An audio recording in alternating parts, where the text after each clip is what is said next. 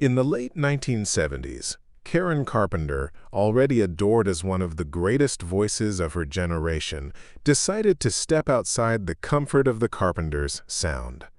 She wanted to create something more personal, more daring. But what was supposed to be her bold artistic statement turned into a heartbreaking chapter in her career. And in the midst of it all, a cutting remark from Paul Simon would leave a lasting sting. Karen's dream was to record a solo album away from her brother Richard's direction. She flew to New York, working with producer Phil Ramone and some of the best session musicians in the industry. For Karen, this was more than just an album. It was her chance to break free, to show the world who she was as an artist.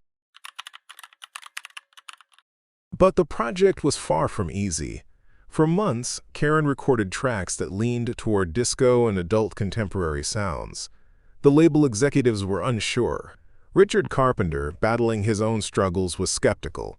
And the tension only grew as costs spiraled, and the direction of the record became unclear.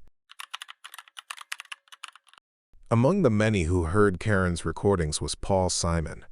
His response was blunt, so blunt it would echo for decades. After listening to Karen's most prominent solo track, Simon dismissed it with just 4 words. "This stuff is awful." For a sensitive soul like Karen, who was already battling self-doubt, those words were devastating. In the end, Karen's solo album was shelved. The record company refused to release it, claiming it lacked direction. The tapes were locked away, and Karen returned to working with Richard. But deep inside, she carried the wound of rejection and the sting of Simon's putdown.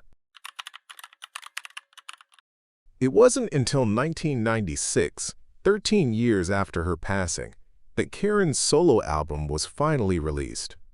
Fans around the world embraced it, recognizing the vulnerability and artistry within those songs. What critics once dismissed became, for many, a precious window into Karen's heart.